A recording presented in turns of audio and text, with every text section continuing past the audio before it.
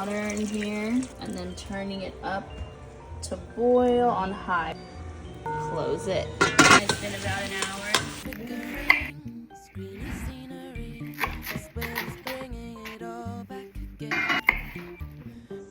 And then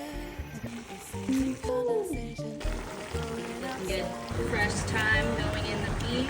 Let's see how these potatoes are. Big ones are hard. They're not all the way there yet. Add your green beans. You can do fresh or frozen.